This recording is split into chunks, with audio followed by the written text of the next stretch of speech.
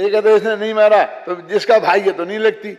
वो आदमी उन दोनों से संबंधित नहीं होना चाहिए और उसने अपनी आंख से देखा होना चाहिए, ज्ञान होना चाहिए और उसको कोई राग द्वेष पक्षपात उसकी दृष्टि में नहीं होना चाहिए, तो उसको गवाही के रूप में पेश किया जाता है। भगवान जैसा गवाह तो कोई दूसरा है नहीं, क्योंकि उनको रंच मात्र ही राग द्वेष नहीं है, वो सब लोकालोक को जानते हैं। तो जगत के साक्षी समझ गए ना आप, वे साक्षी हैं, माने उस साक्षी के आगे वे बिल्कुल बढ़ते नहीं हैं। तो अपने नयों का वर्णन है ना, उसमें आते हैं 3 नए आते हैं। वो कुमार को करने, कुमार का चक्का चला रहा है कुमार, वो करता और उसको दूर खड़ा हुआ एक आदमी देख रहा है, एक विद्यार्थी को अध्यापक पढ़ा रहा है वो, और एक दूर से उसे देखने वाला बिल्कुल वीतराग भाव से, बस खत्म।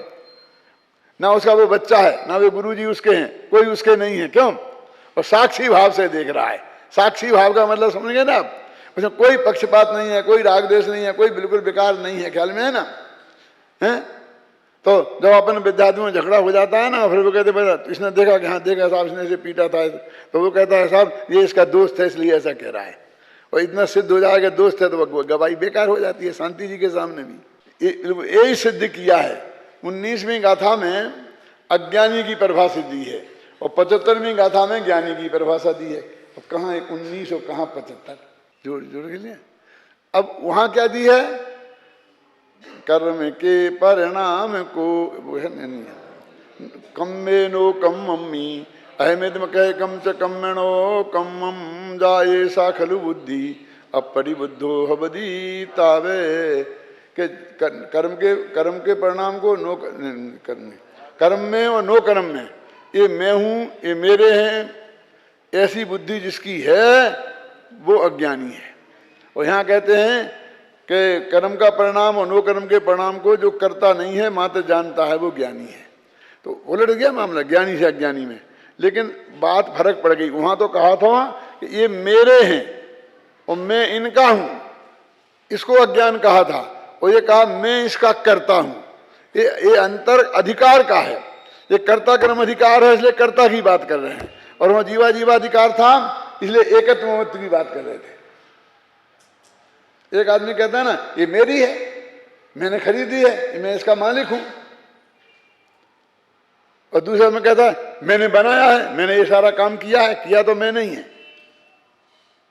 दो तरह का ज्ञान है ना, एक एकत्व और स्वामित्व संबंधी, एक कर्तृत्व और भोक्तृत्व संबंधी। तो यहां इतनी बात बदल गई है ज्ञानी में कि वो कहता है कि मैं इसका कर्ता नहीं हूं। कर्ता का निषेध है, जानने का निषेध नहीं है। मैं जो जान दिसो हबदी नानी, जो इनको करता नहीं है मात्र जानता है वो ही वास्तव में ज्ञानी है। अब इस टीका में वो व्यापक व्यापक भाव की अपेक्षा से घटित करके, क्योंकि जिनमें व्यापक व्यापक भाव होता है उन्हीं में कर्ता कर्म बनता है, वो न्याय की भाषा में सिद्ध करके बताएंगे कि कैसे ये करता नहीं है, वो करता है तो काय का करता है। वैसे मैंने बता तो दिया ही है आज, लेकिन कल उसे न्याय की भाषा में सिद्ध करेंगे। क्या बताया है बोल ध्यान से सुन रहा ना तू? काय का करता है भगवान? तो तू बता दे। उसको जान रहा है, उसको जानने वाला जो ज्ञान पर्याय पैदा हुई है, ज्ञानी उस ज्ञान भाव का करता है। तो इस तरह जानने की तो यहाँ स्थापना की और करने की और भोगने का निषेध किया इस गाथा में। अब इस गाथा के अर्थ करते वक्त हम जानने का भी निषेध कर दें तो अब वो सत्य है कि नहीं है, लेकिन इस गाथा का वो अर्थ नहीं है, ये तो परम सत्य है। ये समझ लीजिए, जब यहाँ आते थे लालू भाई और जब भी ये बात चलती थी तो हम घर जाते थे ना, फिर हमारे घर भी जाके बैठते थे, तो मैं उनसे कहता था कि भाई यहाँ तो ये बात कहाँ है, यहाँ ये बात कहाँ है? तो जो मैंने कहा बात तो सत्य है ना, हाँ बात तो सत्य है लेकिन यहाँ नहीं है। हाँ नहीं हो लेकिन है तो सत्य। ऐसा 100 दफे हुआ होगा, 100 दफे हुआ होगा मालती में। ऐसा नहीं है लोग कहते आपने तब क्यों नहीं की? कब नहीं कही, एक दिन भी नहीं रुका। मैं तो अकेले में कही, चर्चा में कही, प्रवचन में कही, उनसे सब बात समझ रहे हैं। ऐसा नहीं है नहीं कही भाई। मैं कह वो ठीक है, वो बात तो गलत नहीं, बात तो गलत नहीं, बात सही है, लेकिन इस गाथा में ये नहीं बता रहे हैं। यहाँ पर 114 गाथा प्रवचन सार की बहुत हुई कि उसमें कहा बिल्कुल सर्वथा बंद करके, सर्वथा बंद करके, तो ये दूसरी चक्षु को भी सर्वथा ही बंद करके लिखा ना। द्रव्यार्थ नए की चक्षु को सर्वथा बंद करके नीचे की लाइन में तो लिखा है, इसमें तो नहीं है, इसमें तो नहीं है। ख्याल है? मेरे कहने का अर्थ ये है कि ये समय सार है भैया, ये कच्चा पारा है, इसको ऐसा नहीं चलेगा कि कहीं भी कुछ भी रोजीना पूरा समय सार थोड़ी सुना रहे। जो गाथा का अर्थ कर रहे हैं उस गाथा में जो बात है उस बात को हमें बारीकी से समझना पड़ेगा। यहाँ कर्तृत्व से निवृत्ति दिला रहे हैं, कर्तृत्व का बोझा तेरे माथे से हटा रहे हैं, जानने का बोझा नहीं हटा रहे हैं। जानना बोझा नहीं है, जानना तो हमारी स्वभाव है, समझे ना। ये गाथा में बता। समय सार परमागम की 75वीं गाथा चल रही है, जिसमें शिष्य का ये प्रश्न था कि यह आत्मा ज्ञानी हो गया है, हम यह कैसे पहचानें। क्योंकि ज्ञानी हो जाने से उसके कोई ऐसे चिन्ह प्रकट होना चाहिए कि जिन चिन्हों से हम जान लें कि ये ज्ञानी हो गया है। कोई आदमी को होता है शुगर होती है, ब्लड प्रेशर होता है, पल्स डिस्टर्बेंस होता है, तो डॉक्टर दवाइयाँ करते हैं और फिर कहते हैं कि अब तुम स्वस्थ हो गए। तो अपन कहते कैसे पहचाने। एक तो कहते हैं चलने फिरने लगें, खाने पीने लगें, हर काम में उत्साह आने लग जाए। और डॉक्टर लोग कहेंगे कि ब्लड प्रेशर ठीक हो जाए, शुगर भी नहीं रहे, पल्स डिस्टर्बेंस ठीक हो जाए, तो हम समझ लेंगे स्वस्थ हो गया। तो दो ही अंतरंग और बहिरंग दोनों ही हो गया ना। ये सब ठीक हो जाए और उसमें उत्साह आए ही नहीं, शक्ति आई नहीं, तो अपन स्वस्थ होना नहीं मानेंगे। ऊपर से कुछ अच्छा भी लगे, लेकिन जब डॉक्टर देखे तो ब्लड प्रेशर बहुत ऊपर नीचे जा रहा है, तो भी डॉक्टर कहेगा तुम्हें भले ही अच्छा लगता हो लेकिन अभी तुम्हारी बेड रेस्ट है। दोनों ही बातें होनी चाहिए। तो वो कहते हैं कि जब हमें आत्मा का ज्ञान हो गया, सम्यक दर्शन हो गया, ये कैसे जाने। तो उन्होंने कहा कर्म के परिणाम और नो कर्म के परिणाम। अब ये कर्म के परिणाम क्या हैं और नो कर्म के परिणाम क्या हैं। तो कर्म दो प्रकार के होते हैं। कुछ आवाज़ गूंज रही है, थोड़ी कम करो। जो ज्ञानावरणादि 8 कर्म है ना, जिन्हें अपन द्रव्य कर्म बोलते हैं, और क्रोध मान माया लोभ मिथ्यात्व, इन्हें अपन भाव कर्म बोलते हैं। तो कर्म दो तरह के हो गए, एक द्रव्य कर्म और एक भाव कर्म। और ये जो द्रव्य कर्म हैं ज्ञानावरण आदि, इनके दो भेद हैं, घातिया कर्म और अघातिया कर्म। जरा समझना थोड़ी 2 मिनट, तो बात समझ में आएगी। तो अघातिया कर्मों का क्या काम है मालूम आपको, जानते हैं? अघातिया कर्मों के निमित्त से अपन को ये बाहर का ठाट बाट, बाहर के संयोग मिलते हैं। शरीर है, हवा पानी है, स्त्री पुत्र मकान जायदाद रुपया पैसा नगर देश गांव, ये सारी दुनिया जिसे ये हमें अघातिया कर्मों के उदय से मिलती है, अथवा ये मिलती है तो उसमें अघातिया कर्म का उदय निमित्त होता है। इसलिए इनको बोलते हैं नो कर्म। कि कर्म के उदय से प्राप्त हुए ना, कर्म की संतान है। तो ये कहते हैं नो कर्म। नो माने जानते क्या होता है? नो माने ईसत, छोटा, किंचित, थोड़ा। जैसे अपन कहते हैं ना, ये बड़े सेठ जी हैं और ये छोटे सेठ जी हैं, तो ये नो कर्म, छोटे सेठ जी। ऐसा नहीं करना भाई, जब तू वहाँ अपने वहाँ चतुराई कर, यहाँ नहीं चला, यहाँ ठीक है, समझे ना। तो ये नो कर्म माने किंचित कर्म, ईसत कर्म, छोटे राजा। तो कर्म के उदय से जितने संयोग प्राप्त होते हैं, उन सारे संयोगों का एक नाम है नो कर्म, जिसमें शरीर, स्त्री, पुत्र, मकान, जायदाद, रुपया, पैसा, नगर, देश, गांव और सारी दुनिया, ये सब आ जाता है। लेकिन इनमें से वो आते हैं, सब नहीं, जो हमारे कर्म के उदय से हमें मिले हों। जैसे अपन जयपुर में अपना एक मकान अपन को मिला, तो वो नो कर्म है। लेकिन ये पूरे सब जयपुर के सब मकान हमारे लिए नो कर्म नहीं है, लेकिन जयपुर नो कर्म है। क्योंकि इतना बढ़िया शहर जहाँ दंगे नहीं होते, सफाई है, नीट एंड क्लीन है, बिजली नहीं जाती है, तो ये भी एक नो कर्म हो गया, समझ गए ना आप। पड़ोसी का मकान नहीं हुआ लेकिन पूरा जयपुर हो गया, फिर इंडिया पूरा देश हो गया। अफगानिस्तान या इराक होता तो अभी हमारी क्या हाल दुर्दशा हो गई होती। यहाँ से लादेन ओबामा मारता, क्या कौन ओसामा लादेन मारता, वहाँ से ओबामा मारता, नीचे लोगों को मारते हैं ना, कौन ओसामा लादेन, और ऊपर से ओबामा जाके बम पटकता है उनके लिए मारने के लिए। हम तो बीच में मरते ही मरते हैं ना।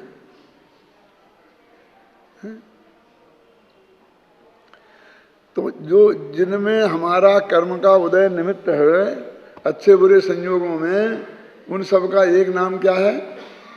नो कर्म। बस नो कर्म की सबसे सरल और सहज परिभाषा है ये। और एक भाव कर्म क्या है कि वो जो घातिया कर्म हैं, उनके उदय से हम में मोह राग द्वेष के भाव होते हैं, अज्ञान होता है, असंयम होता है, कसाय भाव होते हैं, उन सब का नाम है भाव कर्म। तो वास्तव में ये 8 कर्मों में से 4 कर्मों के उदय से प्राप्त होने वाली चीज़ों को नो कर्म कहते हैं, और 4 कर्मों के उदय से प्राप्त होने वाली चीज़ों को भाव कर्म कहते हैं। अब 3 कर्म हो गए, भाव कर्म, द्रव्य कर्म और नो कर्म। बहुत काम की चीज़ है भैया, ये पूरा समय सार समझने के काम आएगी शुरू से अंत तक। यानी सारी दुनिया को जिनसे भिन्न हमें अपने आत्मा को समझना है ना, वो इनमें आ गया, वर्णादि और रागादि। रागादि भाव कर्म और वर्णादि नो कर्म और द्रव्य कर्म। कहते कर्म और कर्म के परिणाम को, नो कर्म के परिणाम को। तो जब मैंने आपसे कहा ना कि ये जो भी संयोग हमें मिले हैं, वे सारे संयोगों का नाम है नो कर्म, चाहे वे पुण्य के उदय से मिले हों और चाहे वो पाप के उदय से मिले हों। तो संयोग क्या जी? वे स्त्री पुत्र मकान जायदाद रुपया पैसा नगर देश गांव, तो ये पाप के उदय से भी मिलते हैं। लोग समझते, हम तो ये समझते हैं कि पुण्य के उदय से मिलते हैं और पाप का उदय आता है तो चले जाते हैं। अभी सारा जगत ऐसा मानता है। ये करुणान योग का जितना अभ्यास करने वाले हैं ना, उन्होंने पढ़ाया, लेकिन आज तक वो ये नहीं बता पाए, लोगों के गले ये बात नहीं उतार पाए क्या कि वहां पर पुण्य के उदय से मिले और पाप के उदय से चले गए, जबकि ऐसा है ही नहीं। उदय से तो मिलते ही मिलते हैं, जाते नहीं हैं। हम बोलते हैं ना, मेरे पाप के उदय से मेरी पत्नी का स्वर्गवास हो गया, तो तेरे पाप के उदय से हुआ, उसका भी कोई कर्म वर्म था कि नहीं था? कि तेरा जीवन तेरे कर्मों से चलता है और उसका जीवन भी तेरे कर्मों से चलेगा। उसके सेपरेट कर्म हैं कि नहीं है? कि उसका आयु कर्म बाकी होता तो तेरा कितना ही पाप कर्म का उदय होता, क्यों? तो पत्नी मर सकती थी, लेकिन हम ऐसे मानते हैं, क्यों? कि ऐसा हो गया, हमारे पाप कर्म के उदय से ऐसा हो गया। तो पुण्य और पाप दोनों से मिलते ही मिलते हैं। जो इष्ट संयोग वे पुण्य के उदय से मिलते हैं, और जो अनिष्ट संयोग वे पाप के उदय से मिलते हैं। अब इष्ट अनिष्ट क्या है भैया जी? फिर नई समस्या खड़ी हो गई। तो देखिए, जो अपने अनुकूल पत्नी है, यदि वो पुण्य के उदय से मिलती है, सेवा भावी है, सब तरह से आपका ध्यान रखे, तो वो प्रतिकूल पत्नी भी पुण्य के उदय से मिलेगी। अनुकूल पति, हर तरह से अनुकूलता प्रदान करने वाला पति, संयमी, सदाचारी, सात्विक कमाने वाला, यदि पुण्य के उदय से मिलता है, तो शराबी, कबाबी हैं, निरंतर मारपीट करने वाला, झगड़ा करने वाला पति भी पुण्य के उदय से मिलेगा। ऐसे अच्छा बढ़िया मकान, रहने लायक, स्वच्छ, पुण्य के उदय से मिलता है, तो वो झोपड़पट्टी, यहाँ सामने गंदी नली बह रही है, बदबू मार रही है, ऊपर टीन तप रहे हैं, वे भी पुण्य के उदय से मिली होगी,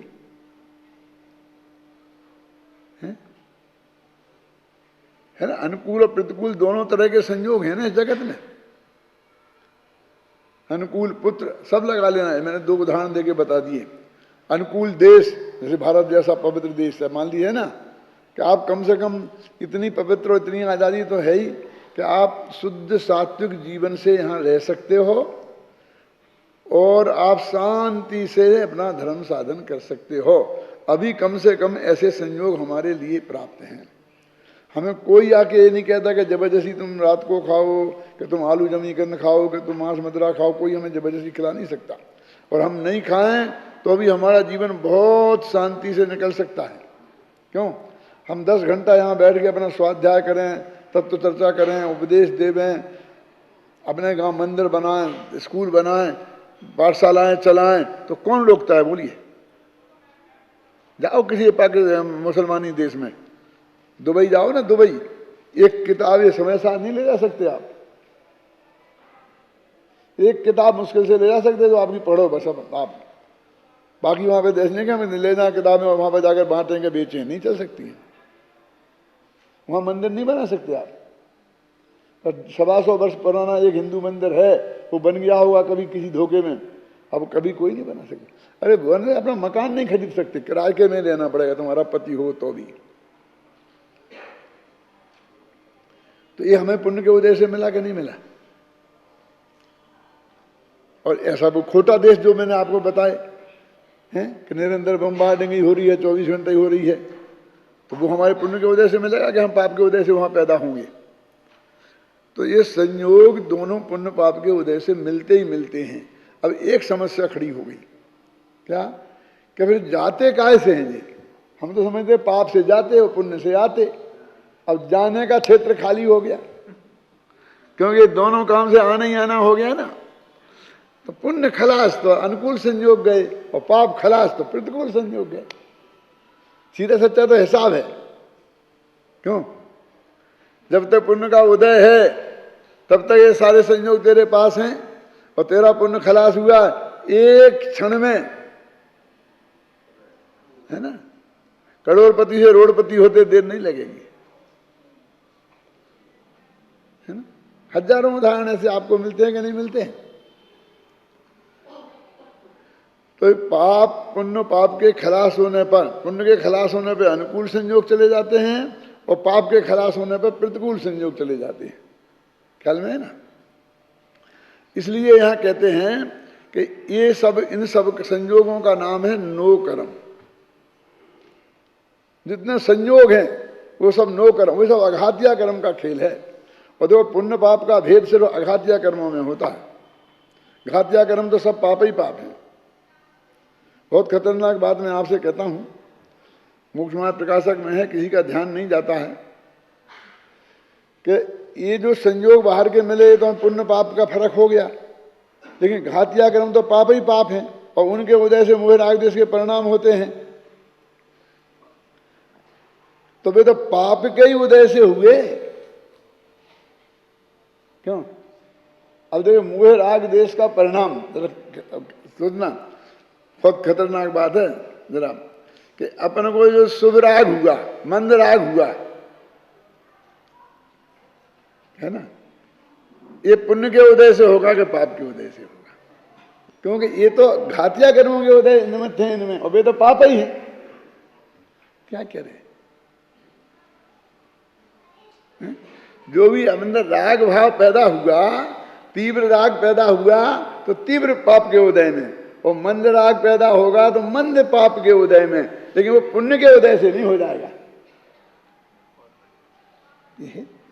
क्योंकि अघातिया कर्म के उदय में हो रहा है ना वो।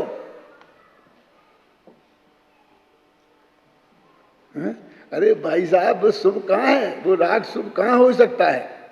वो तो शुभ कार्य में लगता है और भविष्य में वो पुण्य बंध का निमित्त बनता है, इसलिए उसका नाम शुभ है।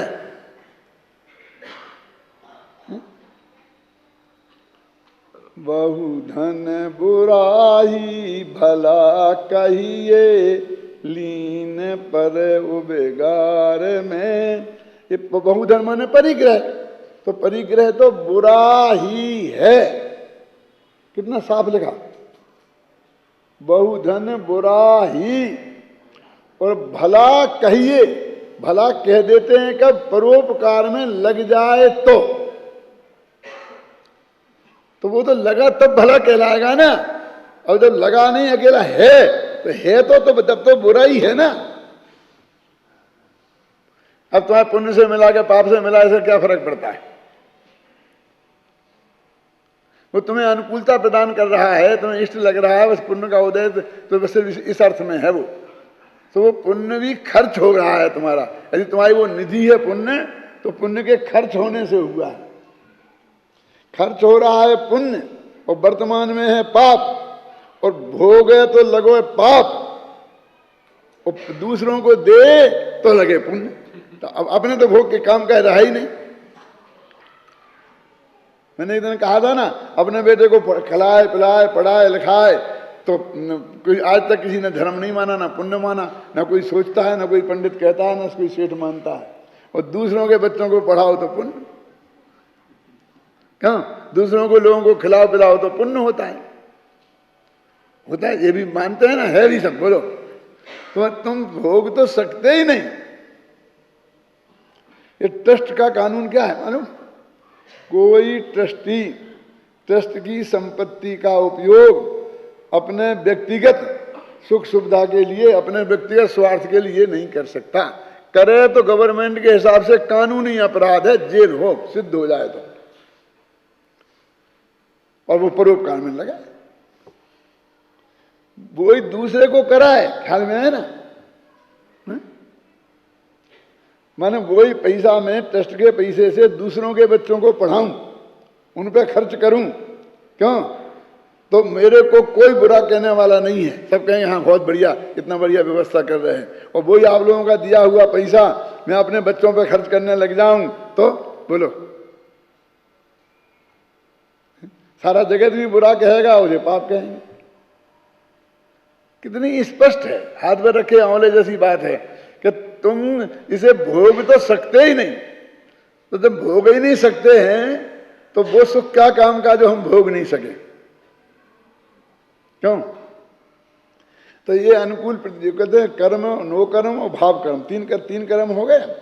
अब इनका जो परिणमन है, तो नो कर्म का हो, जो नो कर्म मन शरीर हो ना, स्वस्थ हो रहा अस्वस्थ हो रहा, और कर्म का मन ज्ञानावरण आदि का, और भाव कर्म मन मोह राग द्वेष का परिणाम का। ये तीन प्रकार के कर्म हो गए। इन कर्म का मैं करता हूं, आज तक ऐसा मानता था। मैं करता हूं कर्म का, वो कर्म है मेरा कर्म, ऐसी मिथ्या मान्यता है मिथ्या तो अधर्म। देखो, तो इन कर्मों का कर्ता मैं नहीं हूं, ऐसा जानने का नाम ज्ञान है।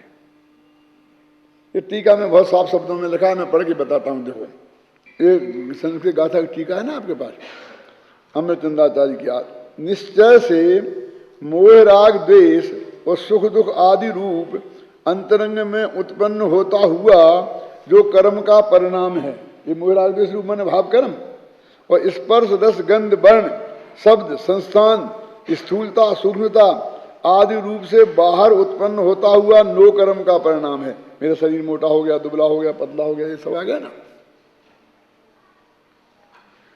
वे सब ही पुद्गल के परिणाम हैं। ये कहते आत्मा के नहीं है, ये पुद्गल के परिणामन है। देखो, द्रव्य कर्म तो भाषा विगणन कार्यान विगणन का कार्य है, वो तो पुद्गल का है ही।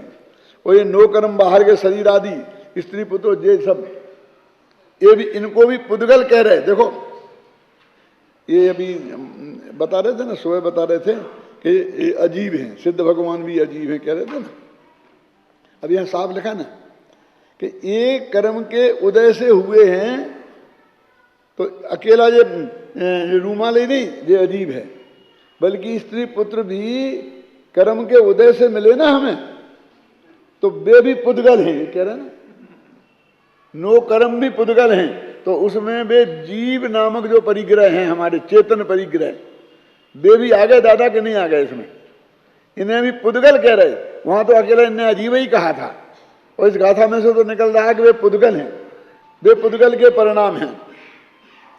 अब कह रहे तुम्हें जो गुस्सा आ रहा है, अब ये जीव की पर्याय है, लेकिन यहां कह रहे ये भी पुद्गल की पर्याय है। और ये तो चेतन का प्रकार, ये तो चेतन की है कि पुद्गल कर्म के उदय के निमित्त से हुई है, इसलिए इसे भी पुद्गल कह रहे। जब तुमने सुबह इतनी बात सुन ली कि सिद्ध भगवान का केवल ज्ञान सहज वो जीव, वो भी पुद्गल अजीब है, तो अब कम से कम राग देश को तो पुद्गल मान लो। इसमें तो दिक्कत नहीं होनी चाहिए, तो कितना स्पष्ट रूप से निकल रहा है कि नहीं। तो ये सब पुद्गल देखो लिखा है इसमें। इसमें जो तकलीफ है वो भी मैं बताऊंगा आपको। वो तो नो कर्म का परिणाम है, वे सब पुद्गल के ही परिणाम हैं। परमार्थ से जिस प्रकार घड़े के और मिट्टी के व्यापक भाव का सद्भाव होने से कर्ता कर्मपना है, उसी प्रकार पुद्गल के परिणाम के साथ पुद्गल के ही व्यापक भाव का सद्भाव होने से कर्ता कर्मपना है। अब ये थोड़ी न्याय की भाषा आ गई है। न्याय की भाषा ये कहते हैं कि जिसमें व्यापक संबंध होता है उसमें ही कर्ता कर्म संबंध होता है। अब ये व्यापक भाव जरा समझना पड़ेगा, थोड़ा कठिन है ना, लेकिन वो सरल के व्यामोह वाले तो गए ही, अब तो कठिन वाले ही रह गए, इसलिए अपन समझ सकते हैं शांति से, कोई दिक्कत वाली बात नहीं है। क्यों? ये व्याप्य और व्यापक जो मूल वस्तु है उसमें जो व्याप्य, अब इतना समझ लो, बड़ा होता है व्यापक और छोटा होता है व्यापक। जैसे नीम और वृक्ष, अब ये एक पेड़ खड़ा है तो ये क्या है, ये नीम है और ये वृक्ष है, वृक्ष भी है। तो अब वृक्षत्व और नीमत्व दो चीजें, दो गुण हैं उसमें।